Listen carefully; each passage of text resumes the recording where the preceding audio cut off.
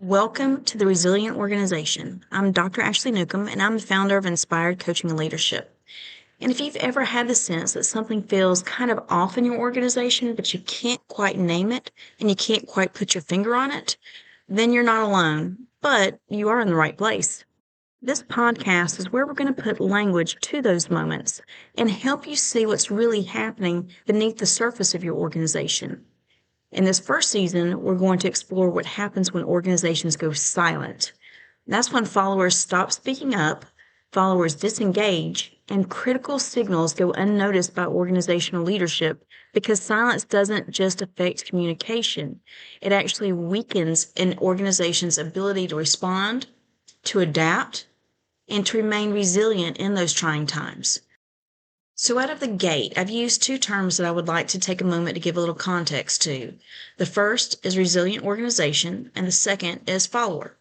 Since we're going to spend quite a good bit of time discussing resilient organizations and followers over the course of this podcast, throughout the different seasons and throughout the different episodes, I just wanted to make sure that we're all on the same page.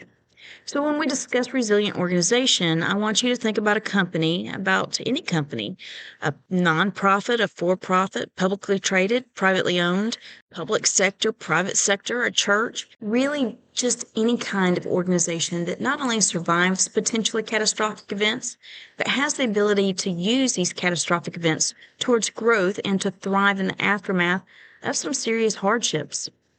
As for followers, well, I want you to leave the notion of mindless sheep at the door. Our followers are valuable members of your organization. They have more influence on the health of your business than you may realize.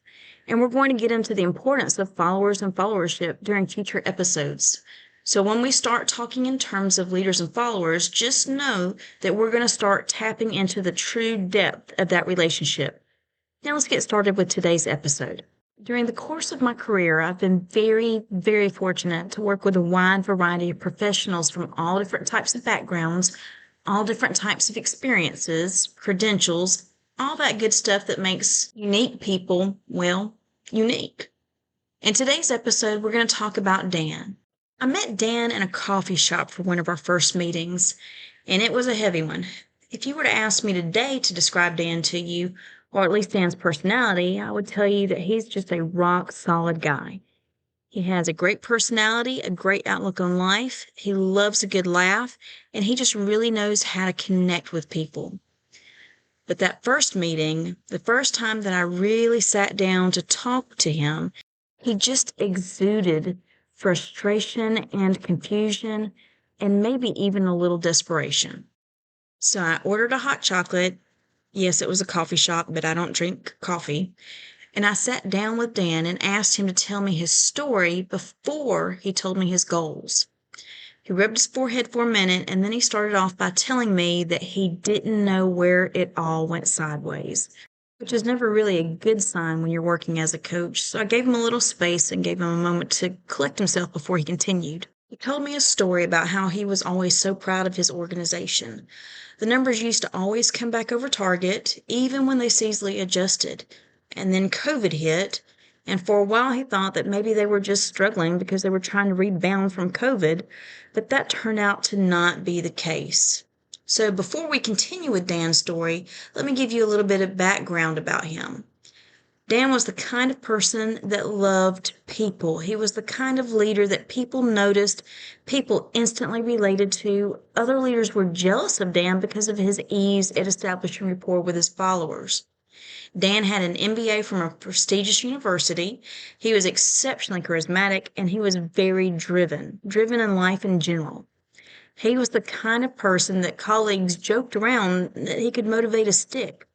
So when he was promoted to senior director, it wasn't surprising, and even the people that were up against him for that promotion cheered for him and knew that he would be a great fit. He brought energy, he brought vision, he brought positive momentum, and for a long time, results just followed. And these results were very positive, very consistent, very hopeful. Then 2020 happened. Like many organizations, his company had to shut down during COVID, and they transitioned to a fully remote environment once they reopened. They had to scramble to figure out the whole remote workforce situation, and they ended up going with a plan where the employer purchased company-owned laptops that they provided to their followers so their followers could work from home. And that part was effective to getting their workforce back up and running, and revenue picked back up, but it picked back up slowly. But that part made sense. It was expected. What wasn't expected, though, was what started happening inside of the organization. Employees started becoming disengaged. Slowly, not dramatically, not all at once, but it was still noticeable.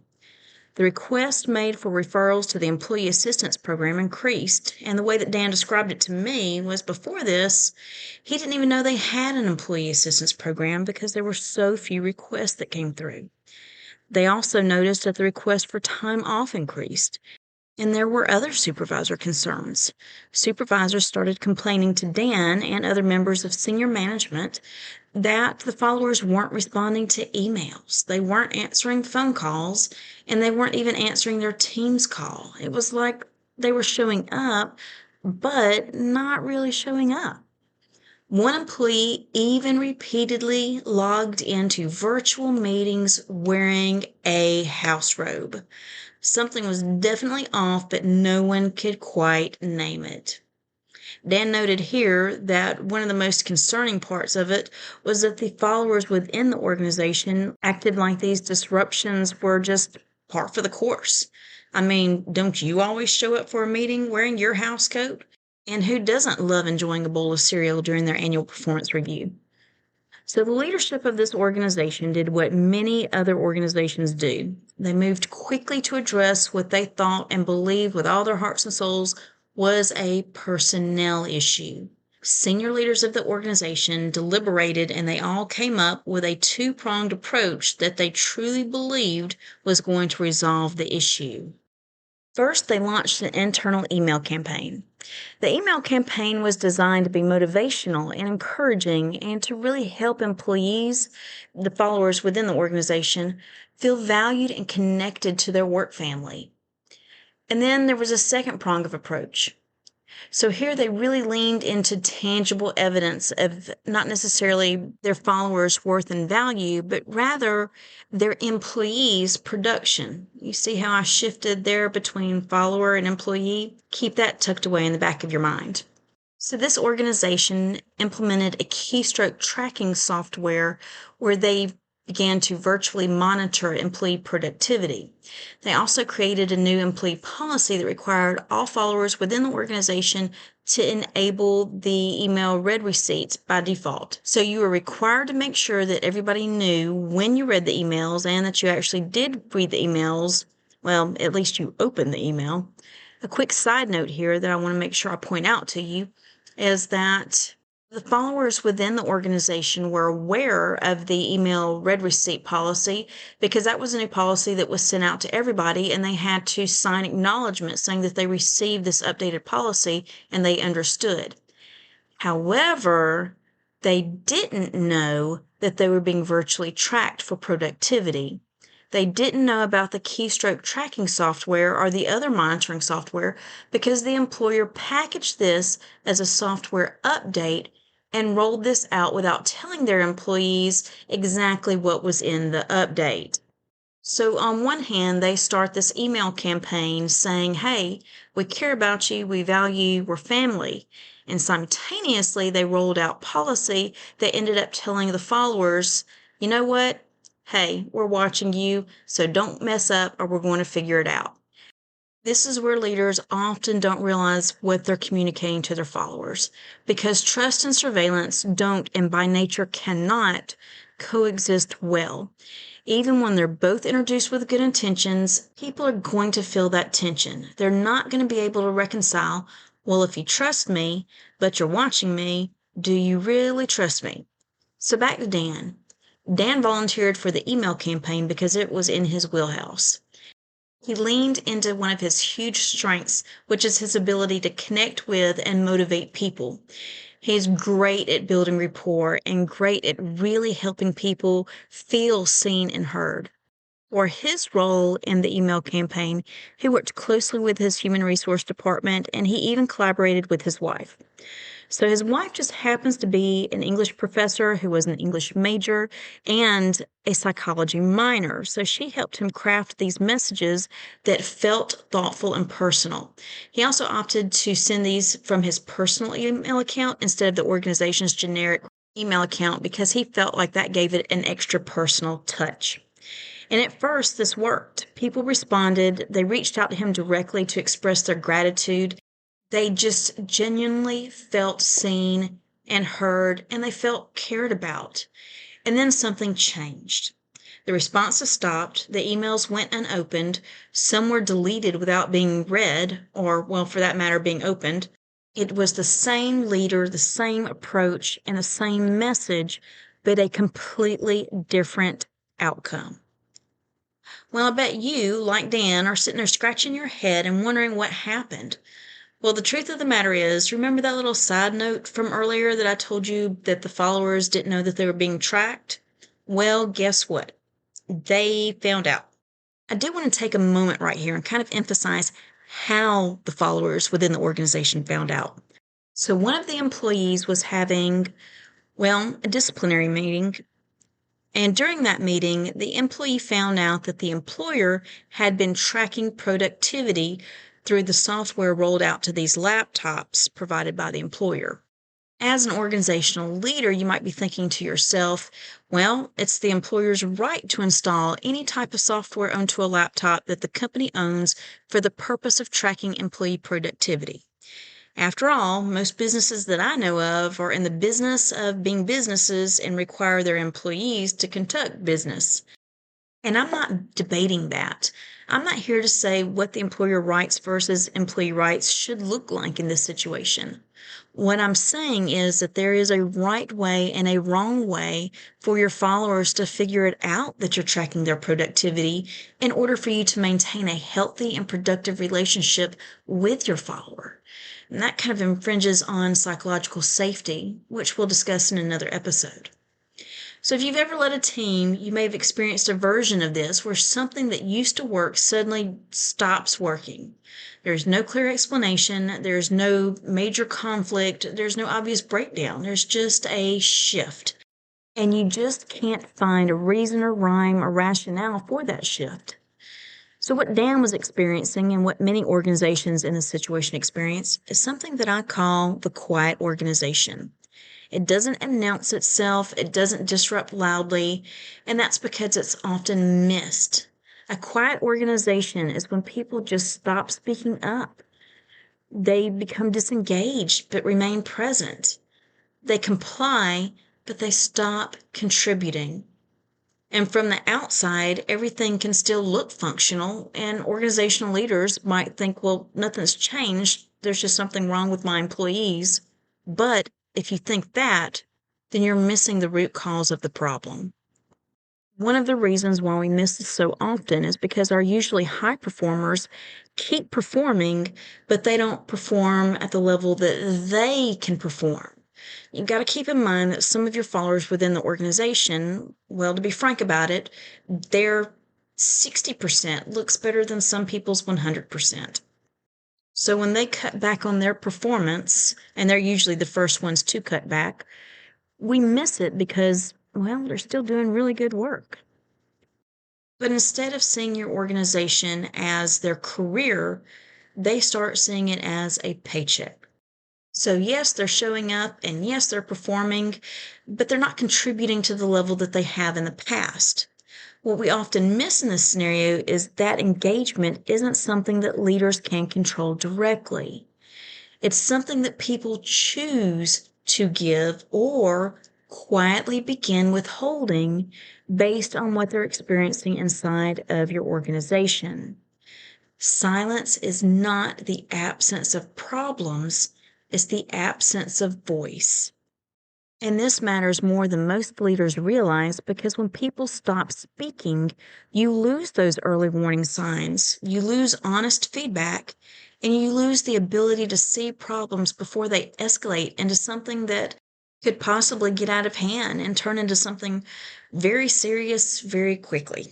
And by the time these little issues become visible to management, they're big issues and they're already costing you more than just money.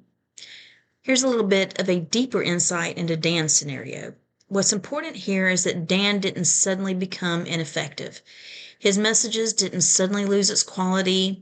The only thing that really changed was the environment around him. And when the environment changes, followership behavior changes suit, because you can't inspire voice in a system that discourages it. Now, I want to take a moment and go into a deeper layer of what was actually happening inside Dan's organization, because I think it explains not just why the email campaign stopped working, but why the entire situation unraveled the way that it did. There's a distinction in organizational behavior between what we call the espoused values and enacted values. Your espoused values are the ones that you state, the ones on the wall, the ones that are in the handbook, the ones in the all hands meeting where leadership talks about transparency and trust and how much the organization values its people. Those values are real, and the people saying them usually mean them. But your enacted values are something different. They're the values that your followers actually see lived out day after day, and the decisions that are made, the policies that get implemented, and the moments where leadership's behavior either confirms or contradicts what the leader's words have actually promised. And here's the critical part.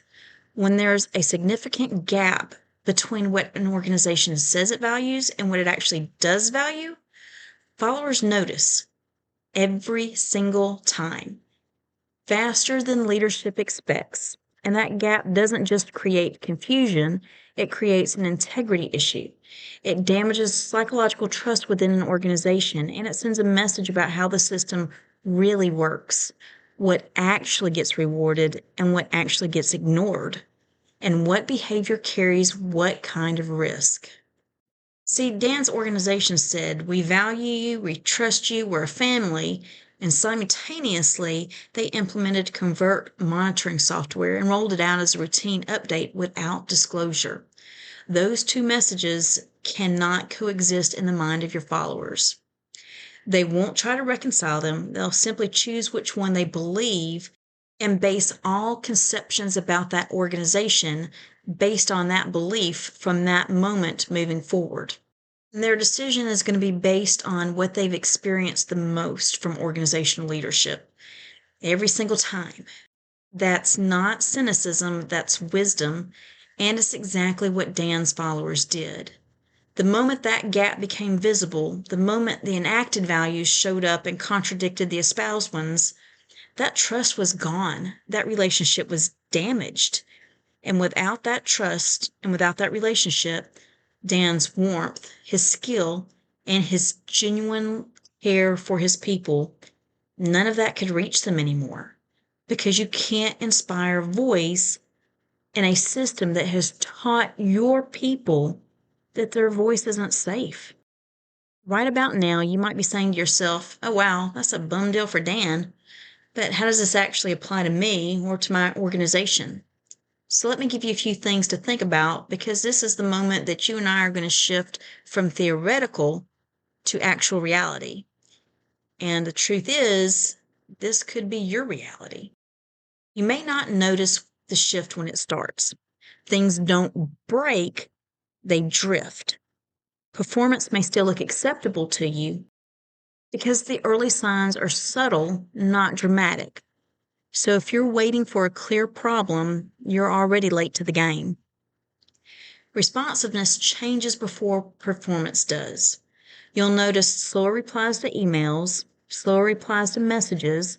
There's less urgency and follow through. There's more checking the box behavior than going above and beyond the call of duty. People are still working, but something feels different. Something has changed in how they're engaging you and the organization. You'll actually start to hear less complaints, not more. There'll be fewer new ideas that are being shared, fewer questions being asked, and less pushback in meetings. People will become complacent, and silence can look like agreement, but it often isn't. It's just a sign that they don't care enough to look out for the best interests of the organization anymore. Your strongest people, those that can have a tendency to give you a headache, but you really value them way too much to get rid of them, well, they're going to start feeling easier to manage. They don't challenge decisions. They don't ask for much. They just handle their work and handle the problems. That's not stability. It's early disengagement. Again, they've just decided that your organization isn't worth the extra emotional energy that it takes to be that type of motivated follower. You may also find yourself solving problems that you didn't see coming. Issues just seem to appear to come out of nowhere, and leaders feel surprised by outcomes of projects. There's a sense of, how did we miss this? The truth is, you didn't miss it. Your system stopped surfacing it. And here's the one thing that I want you to sit with the longest. You may already be sending mixed signals that are shaping behavior, and you don't even realize it. Think honestly about the last policy your organization rolled out, the last decision that was made about how your team is monitored, evaluated, and managed. What did the words say? What did the action communicate? Because your followers are not just hearing your words, they're reading your actions. And when those two don't line up, they will always trust what they see over what they're told.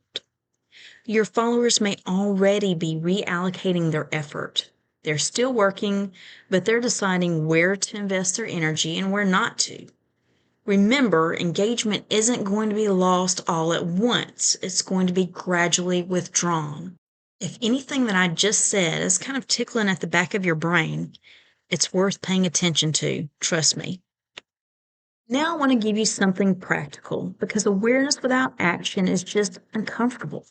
And if any part of Dan's story landed a little close to home, here are 3 things that you can do today, not to fix everything, but to begin moving in a different direction. First, audit the gap between what you say and what you do. Take one organizational value, just one, and ask yourself honestly, what is the most recent decision that we made that either reinforced or contradicted this value? You're not looking for perfection, you're looking for awareness, because you cannot close a gap that you haven't acknowledged. Leaders who are willing to name the gap honestly are the ones who have the credibility to begin closing that gap. Second, find one place where you can return trust for trust. In Dan's organization, trust was broken covertly through a software update that employees didn't know anything about.